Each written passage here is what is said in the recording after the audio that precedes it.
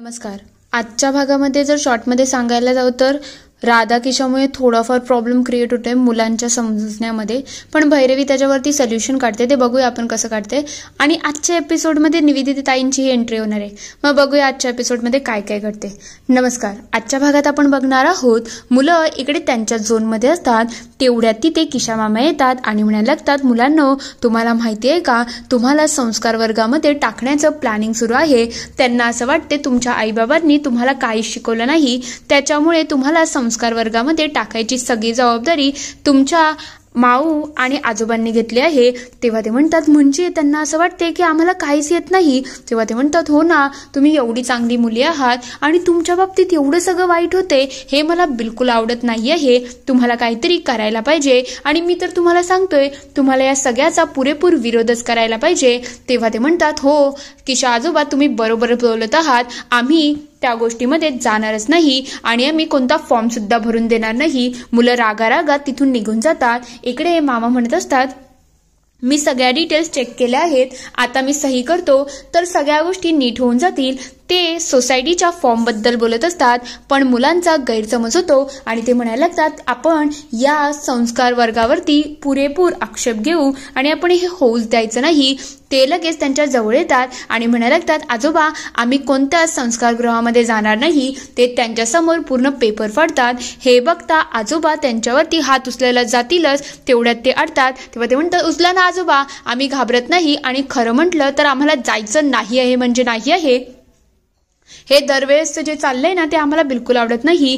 तेवढ्यात रुपाली म्हणायला लागते, या घरची मुलं ना एक नंबर वात्रट आहेत. आता मला पुन्हा फॉर्म बनवायला लागेल आणि पुन्हा घेऊन यायला लागेल. त्या लगेच रागारागा तिथून निघून जातात. तेवढ्यात ते म्हणायला लागतात, आम्ही सांगितलं ना, आम्ही आजोबा कोणाचं काही ऐकणार नाही म्हणजे नाही.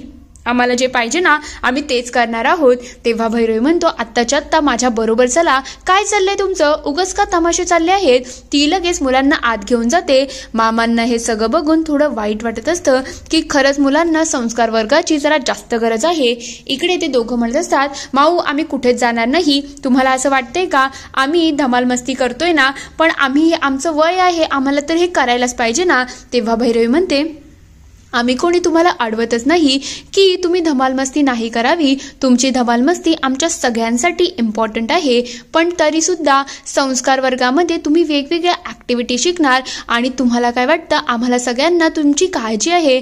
बाळा, तुमचं सगळ्यांचं भलं व्हावं, तुमचं फ्युचर चांगलं व्हावा, याच्यासाठी तर आम्ही सगळे प्रयत्न करतोय. आणि मी खरं सांगू का, आमच्या सगळ्यांचं तुमच्यावरती खूप प्रेम आहे. मला माहिती आहे कामामुळे मी तुम्हाला वेळ देऊ शकत नाही. तेव्हा ते म्हणतात, बरोबर आहे माऊ, आमच्याकडे कोणाचं लक्षच नाही आहे.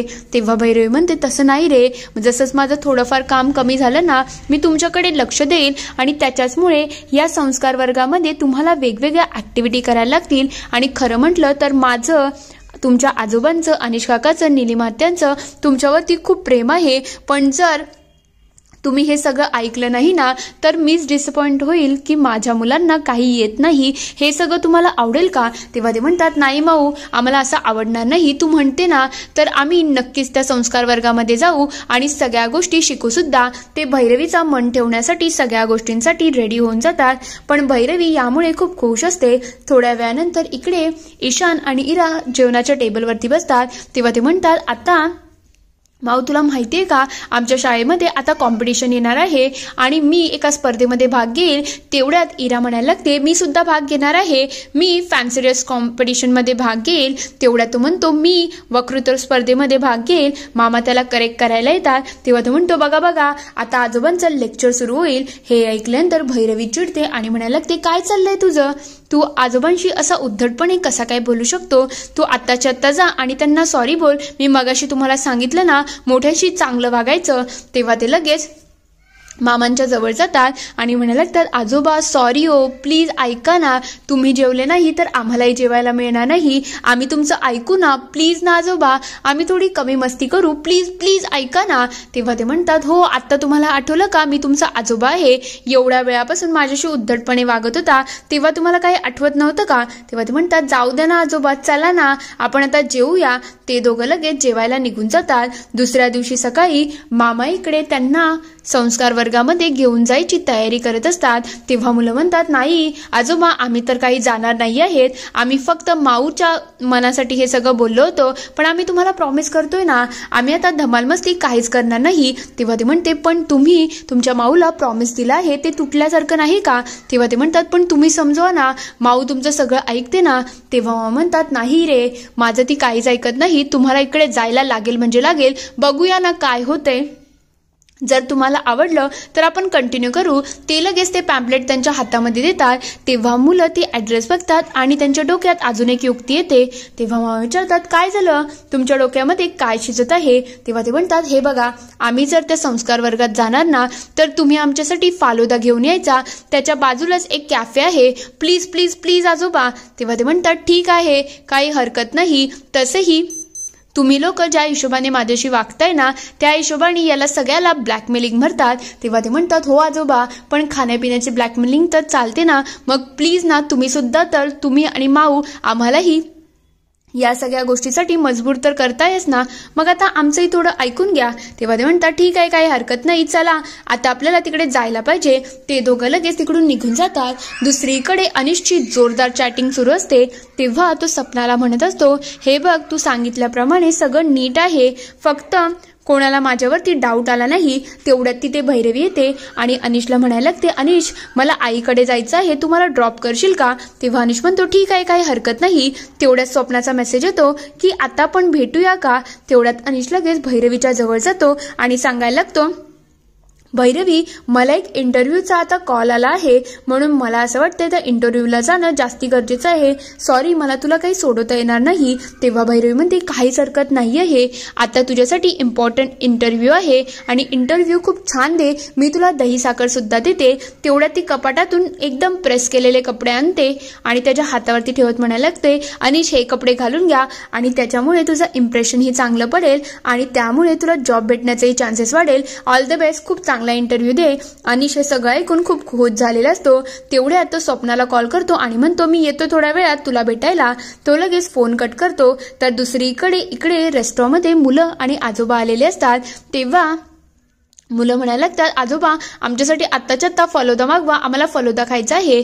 तेवढ्यात इरा म्हणायला लागते, पण दादा, मी थोडी चिडलेली आहे आणि मला खूप बोर सुद्धा होते. तेव्हा ती म्हणते, तूच सांगितलं ना आजोबांना इकडे यायचं आहे, नाही तर मी तर मॉलमध्ये घेऊन गेलो असतो आणि आपण गेम झोनला जाऊन मस्तपैकी फाईट सीन केला असता. तेव्हा ती म्हणते, जे काही असो, पण आता काहीतरी खेळायला पाहिजे ना, मला खरंच खूप कंटाळा आला आहे. तेव्हा तो म्हणतो, एक काम करूया, मी तुला सांगतो काय करायचं.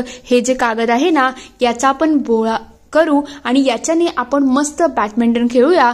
तेव्हा ते म्हणते, ठीक आहे दादा, तू जसं बोल तसं, पण याच्याने काही प्रॉब्लेम तर होणार नाही ना? तेव्हा तो म्हणतो, ठीक आहे ना ग, मी आहे ना, मी सगळं मॅनेज करेल. तेवढ्यात त्यांचा पहिलाच बोळा इकडे निवेदिताताईच्या बॅगमध्ये पडतो आणि त्यांना टेन्शन येतं की हे सगळं काय झालं. ते लगेच त्या बॅगमधून एक एक करून वस्तू काढायला लागतात. त्याच्यामध्ये हेअर ड्रायर, घरातल्या वस्तू, अक्षरशः चाळणी सुद्धा असते. तेव्हा मुलं म्हणतात, चाळणी कोण ठेवतं या बॅगमध्ये? मला तर सगळं कन्फ्युजन वाटत आहे. तेवढ्यात मामा तिथे येतात आणि म्हणतात, काय चाललंय तुमचं? तुम्ही असं दुसऱ्याच्या बॅगला हात लावू शकत नाही. हे ज्याचं कोणी असेल ना, ते आपल्यावरती ओरडू शकतात. म्हणून तुम्ही एक काम करा, तुम्ही तुमचा फालुदा एन्जॉय करा. या बॅगचं काय आहे ना ते मी बघून घेतो. ते लगेच त्या बॅगच्या जवळ जातात आणि त्याच्यावरती एक नोट लिहिलेली असते. तर दुसरीकडे राधाकीशा विचार करत असतात की नेमकं अनिश बाबूला झालं तरी काय आहे. तो कोणत्या संस्कार वर्गामध्ये गेला नाही, पण तरी सुद्धा तो अचानक एवढा सुधारला कसा? म्हणजे काहीतरी नक्कीच गडबड आहे. जिथं पाणी मुरत आहे, जे आपल्याला समजत नाही. तुम्हाला काही माहिती आहे का? तेव्हा किशोर म्हणतात, नाही ग, मला तर काहीच माहिती नाही. तेव्हा राधाबाई म्हणतात, हे बघा, आपलं प्लॅनिंग होतं की यांच्या दोघांमधलं जे अंतर आहे ना, त्याला आपण दरीसारखं वाढवायचं. पण आता तर इकडे सगळं हिरवगाळ झालं आहे आणि याच्यामुळे आपल्याला फुटपाथवरती यायला लागेल, रस्त्यावर यायची नौबत येईल. कारण की यांच्या सगळ्यांचं सगळं चांगलं झालं तर आपल्याला कोण भीक घालणार? मग आपली डाळ काही इथं शिजणार नाही. म्हणून तुम्ही याच्याकडे लक्ष द्या. मला असं वाटते अनिश बाबू एवढ्या सहजासहजी काही ऐकणार नाही. त्याच्या डोक्यामध्ये काहीतरी नक्कीच शिजत असेल आणि त्याच्या डोक्यामध्ये जे काही शिजतंय ना, ते आपल्याला बाहेर काढायला पाहिजे. म्हणून त्याला डायरेक्टली न विचारता थोडं अडून अडून विचारा. तेव्हा किशोर म्हणतात, खरंच कॉमेडी तू खरंच खूप हुशार आहे, तुझं डोकं आहे हा, हे मी मान्य करतोय. तेव्हा ती म्हणते थोडं तुमचं सुद्धा डोकं वापरा. तेवढ्यात अनिश तिथून जायला लागलेला असतो. ते बघता राधाकिशा त्याच्या जवळ येतात आणि म्हणायला लागतात, काय बाबू तू कुठे चालला आहे, म्हणजे अचानक सजून धजून लग्न बिग्न करतोय का? तेव्हा अनिश म्हणतो, काय बोलतोय मामा तू, मी का इंटरव्ह्यूला चाललो आहे. तेव्हा राधा म्हणतात, इंटरव्ह्यूला? मग खरंच खूप छान इंटरव्ह्यू दे, स्वतःचं नाव व्यवस्थित म्हण आणि मी तुला दही साखर देऊ का? तेव्हा तो म्हणतो, नको, मी घेतला आहे, भैरवीने ऑलरेडी हे सगळं केलं आहे. तो लगेच तिथून निघून जातो. तेवढ्यात राधाबाई म्हणतात, मला डाऊट येत आहे, याचं काहीतरी भलतंच सुरू आहे, तुम्ही एक काम करा, याचा पाठलाग करा. किशा मामा लगेच त्याच्या मागोमाग घराच्या बाहेर निघतात. तर दुसरीकडे मामा इकडे त्या पर्सच्या आजूबाजूला फिरत असतात. त्यांचं एकीकडे सगळीकडे लक्ष असतं. तेवढ्यात निवेदिताताईंची एंट्री होते आणि त्या म्हणायला लागतात, तुम्ही काय करता माझ्या पर्सच्या बाजूला, हे सगळं कोणी केलं आहे, मला खरं खरं सांगा. हे ऐकताच मुलं लगेच बाजूला जाऊन लपतात. इकडे मामा म्हणायला लागतात, कसं आहे माहिती का, माझी जी नातवंड आहेत ना, ते इथे बोळा करून खेळत होते आणि चुकून त्यांच्याकडून तुमच्या पर्समध्ये बोळा गेला आणि तेच काढण्याचा मी प्रयत्न करत होते. तेव्हा ते म्हणते, तुम्ही माझ्या पर्सला हात लावला, तुम्हाला बेसिक मॅनर्स नाही का, असं कोणाच्या पर्सला हात लावू नये, तुम्ही खोटं बोलताय, तुम्ही चोरीच्या इराद्याने आले होते. तेव्हा ते म्हणतात, नाही नाही, हे सगळं आमच्या इथल्या मुलांनी केलं आहे, मी असं का करेल मुलांनो. तेवढ्यात मुलं इकडे लपलेली असतात. मामांना ते काही दिसत नाही. ते बघता निवेदिताताई म्हणायला लागतात, कसं आहे तुमचं माहिती का, हे चोऱ्याच्या उलट्या बोंबा झाल्या आहेत. मी आत्ता कुठे आली होती आणि माझ्या पर्सची चेन तुटली आहे, त्याच्याचमुळे मी पर्स इथे ठेवली, वॉशरूमला जाते, तोपर्यंत तुम्ही माझ्या पर्सवरती डल्ला टाकायला आला, हे काही बरोबर नाही. तेव्हा मामा म्हणतात, मी काही चुकीचं केलंच नाही आहे, तुम्ही उगाच माझ्यावरती वाटेल ते आरोप करू नका. तेव्हा ते म्हणतात, तुम्हाला संस्कारांची खूप गरज आहे, तुम्ही पहिले मला सॉरी म्हणा आणि हे एक्सेप्ट करा की तुम्ही चोरी करत होते. तेव्हा मामा म्हणतात, मी केलंच नाही आहे, मग मी काय एक्सेप्ट करू, माझी चुकी नाही आहे म्हणजे नाही आहे, तुम्हाला जे करायचंय ते करा. तेवढ्यात निवेदिताताई तिथे येतात आणि एक एक करून त्यांची बॅग पूर्ण भरतात आणि तिथून रागारागात निघत असतात. तेव्हा मामा म्हणतात, मी प्रण घेत आहे, या बाईची माझ्याशी पुन्हा कधी भेट होऊ नये आणि आम्ही एक दुसऱ्याच्या समोर येऊ नये. तेवढ्यात निवेदिताताई हसायला लागतात आणि म्हणायला लागतात, अच्छा झाला का प्रण करून, मग आता तो प्रण पाळता येईल याचाही विचार करा. पण कसं आहे माहिती का, ही पृथ्वी गोल आहे आणि याच्यामध्ये योगायोगाने का होईना एक दुसऱ्याशी भेट होतच राहते. पण ठीक आहे, तुम्ही जे बोलताय ते सुद्धा मला ॲग्री आहे.